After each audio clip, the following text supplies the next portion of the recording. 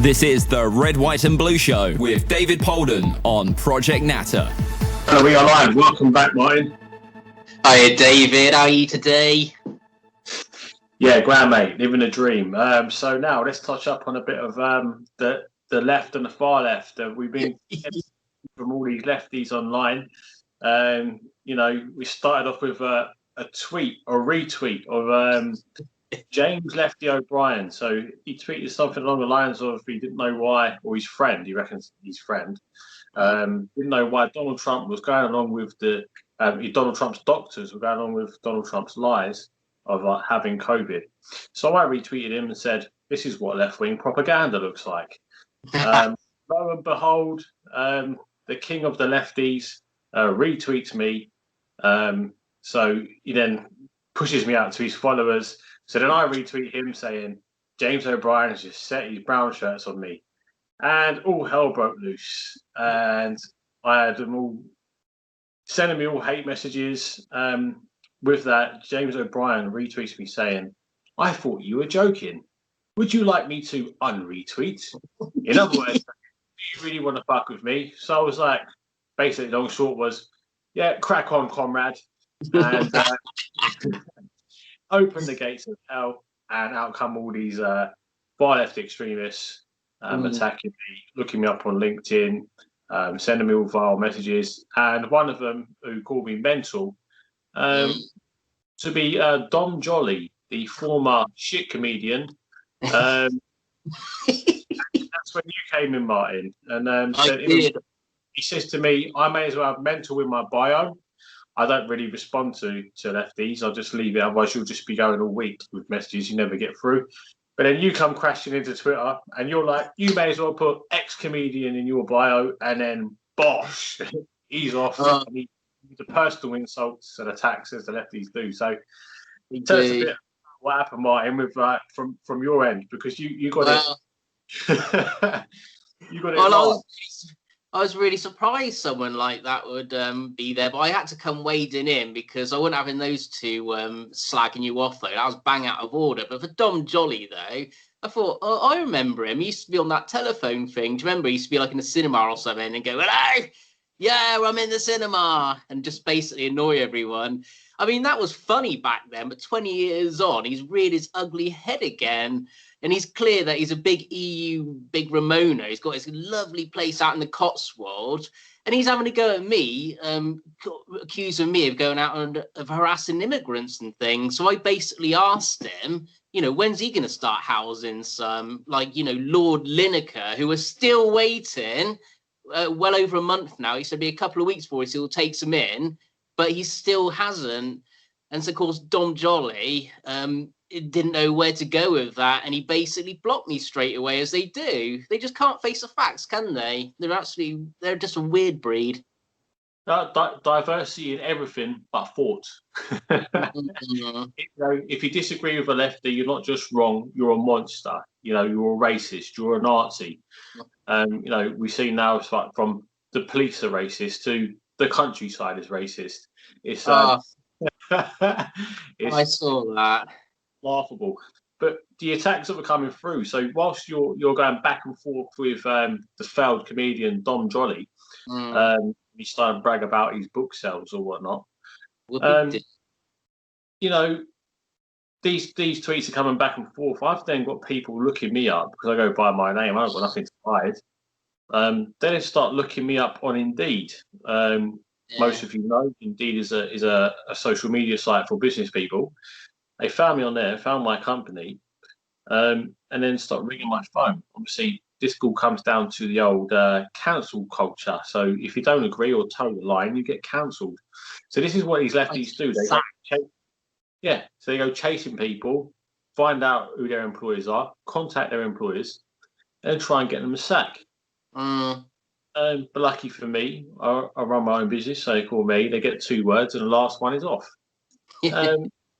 But this is you've got a family to feed, though, and then just because you've got a point of view, they think it's okay to take it upon themselves to try and get you sacked by in contact your employers. It's absolutely disgusting how they behave. They don't realise the damage they do to people's lives.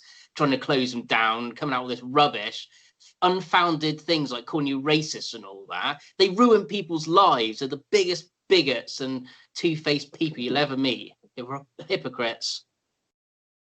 Well, this is it, and like I said, luckily for me, I'm my own business owner, so they just get told they're off. And I had one guy who tweeted me, and he said, "Well, I messaged you this beforehand because I anticipated all hell breaking loose once James Lefty O'Brien had retweeted me. So I jumped onto Indeed because I got a couple of notifications, which was a big indicator that this was going to happen. So I jumped on Indeed, and the notifications were something like 12 people have just viewed your profile on Indeed. I don't really use Indeed, but I got the app, and I was like, wow, these people are looking me up. These people are looking to cause damage. They're looking to go, and there's nothing on there to which they could do anyway. So I changed my surname to Gammon. So some geezer's taken a screenshot of it, and he's like tweeted me saying, your personal Indeed or your secure Indeed account has been hacked. Just for that, So I said, no, I changed my name to Gammon because I knew wankers like you would be looking me up. And he's like, oh, that's very nice. I was just trying to help. I said, sure you were. You took time out of your day to search me on a business social media site to be helpful. I said, you should be James O'Brien's co-host. Well, like, it's propaganda. That's what the left do, just. Well, we know what they're like. I mean, they've used the mainstream media long enough to do that, to smear you in any sort of way or ridicule you, make you look like a joke or something, just so they can. They use it to warp people, manipulate. And the sad thing is that people that follow the mainstream media actually think that this is the case.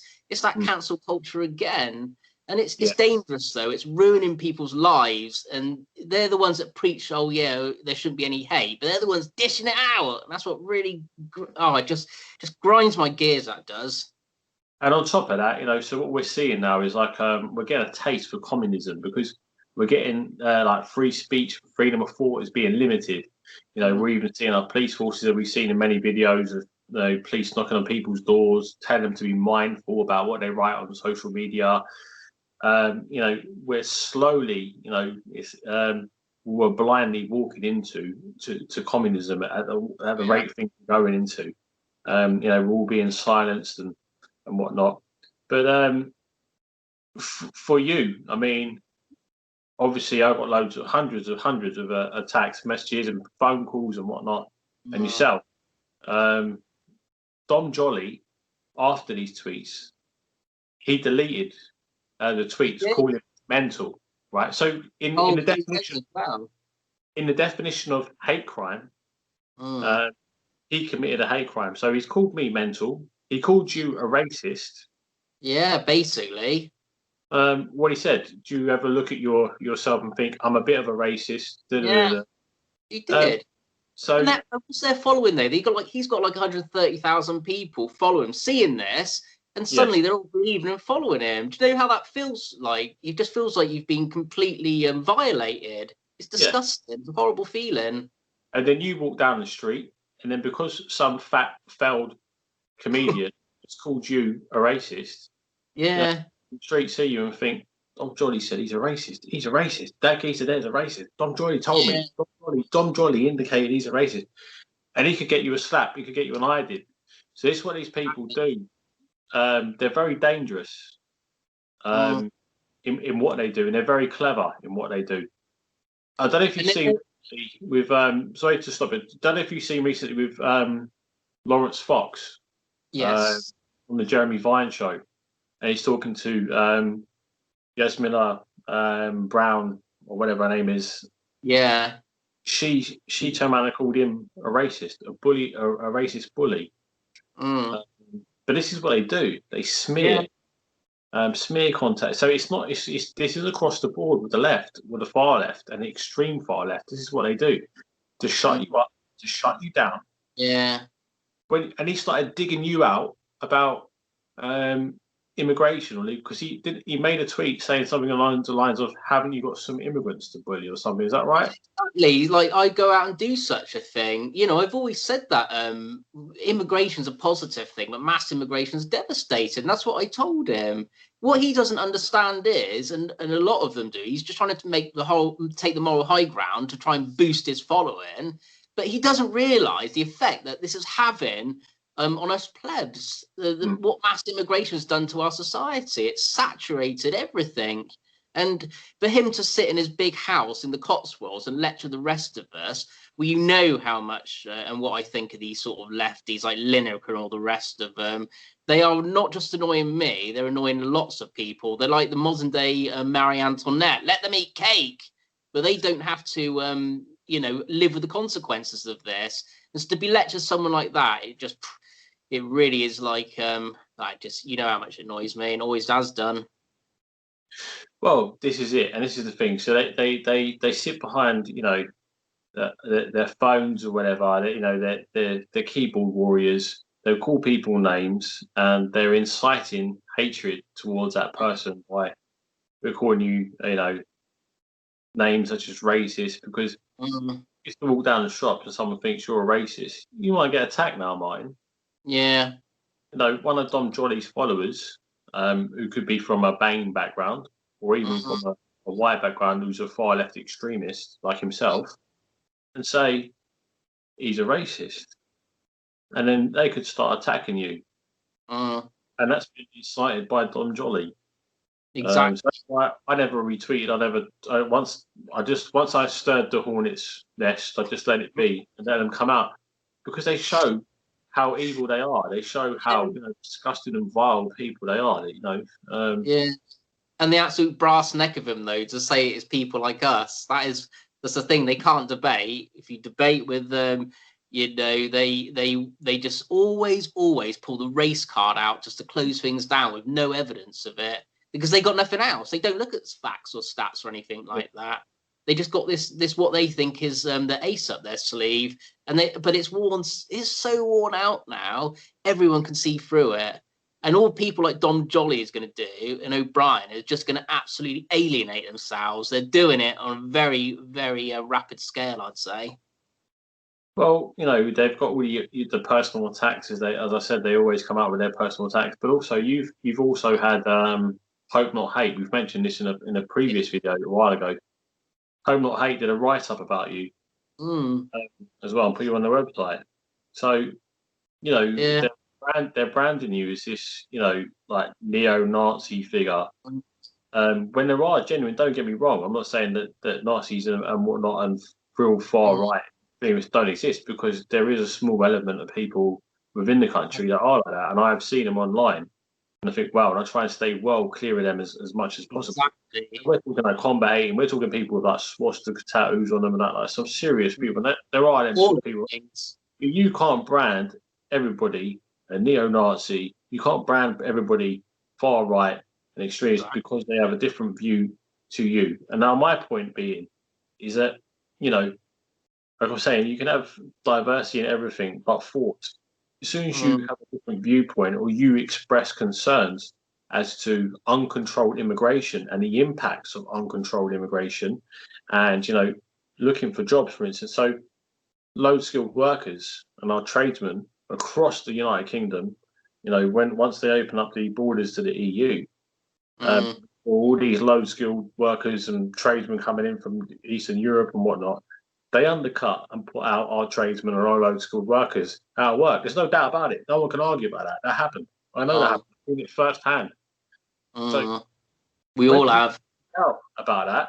It's not a problem about the people coming over, because if you were in their situation, you do the same thing. However, they didn't do nothing to stop it. They wanted to exploit these low-skilled workers. They wanted to exploit cheap labour. And then you've got people coming to this country that want to exploit our system. They don't want to work. They know that when they get here, they're going to get benefits. These people come over on the boats. They're getting put up in 4-star hotels. We got people who served for this country. They've been to war zones. Some of them had their legs blown off. Some of them were in real bad, like mental, positions in life. They ain't going to get anywhere. And they're not receiving the help that they need and yet someone can come over on a boat. You don't know who are. You know, we saw a terrorist attack just the other day. Geezer beheaded in the street, a teacher, right? He ain't French. Geezer's come over. He's an immigrant. Come over, right?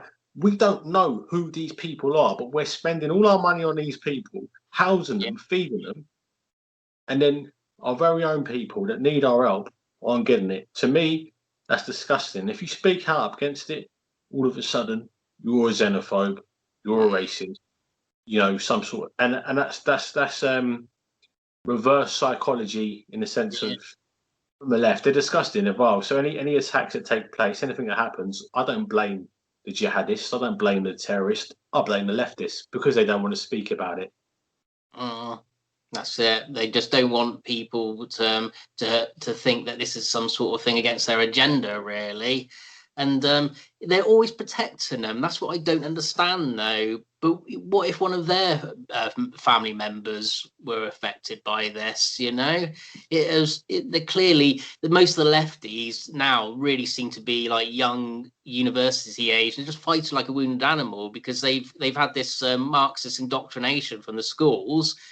We know the vast majority of teachers are lefties, so you can't blame these people. They've been radicalized. But the sooner we turn this round and then bring them back onto our planet, the better, really, because they are really the traitors within, and there's no greater enemy than the traitors within. And these lefties, we need to tackle them straight on, you know, even if it's on social media or whether out on protests. We need to show them up for what they are, where the real hatred's coming from, because none of us are hateful, these patriots. But because these issues aren't being addressed, the anger is going to start focusing more on this far left, more and more. So we need to just get on with it, I think, and hopefully and then take them on that way. At the end of the day, they're radical people, very radical. Well, you're bang on, and I think, you know, the left, as we've seen in America, you know, the left install hatred into people that, you know, that isn't even there. So you've seen yourself one of the videos you did a couple of months ago. You went to I think it was the town centre in Swindon. Yeah. You were filming the Black Lives Matter protest there, where you were attacked by a policeman. Whilst you were filming, you come across all the books there, and the books were all about Marxism, Karl Marx this, Karl Marx that, and you were asking questions like, "What has Karl Marx got to do with Black lives?" It absolutely has nothing to do with Black lives whatsoever. What it does have to do with is a far left agenda, and their agenda is break down all different communities, give them identities other than being British, American, Australian, Canadian. They get rid of that patriotism and bring in like a tribalism all under one umbrella, and that one umbrella is it's just divide everywhere, or bring them under an iron fist, shall I say? And that's what it's all about. That's what it's about. That's a brilliant explanation there. That is really good. People need to share this because that was a brilliant explanation of what's going on there. It's exactly what they're doing, and they're trying to divide our nation. And they know, you know, nobody in their right mind would vote for socialism. Nobody in their right mind would vote for communism. You know, we've seen so much hatred now coming from the left. You know, we've even seen that Sasha Bird from Black Lives Matter, you know, the way she's white people, this, we won't go right into it, but she made some serious racist comments. She's been removed from Twitter, which is good, which is a start. But you imagine if that was in reverse, wow, it'd be the never-ending story on the news, you know. But this is our... Well, this is it. And if you look across the pond in America, now you've got the US election taking place at the moment. They've got these emails that come out from Joe Biden's son. I don't know if you've seen this. He's left a laptop in a place whatnot, and the guys looked through, found all these emails. He's handed in the laptop to the FBI. Apparently, the FBI didn't take any action, but he took a copy of the hard drive. Brilliant. Now, this has all been publicized on social media. It's gone out on various different social media platforms, but they've suppressed this news. Facebook have removed it from Facebook. Twitter have stopped it being shared on Twitter.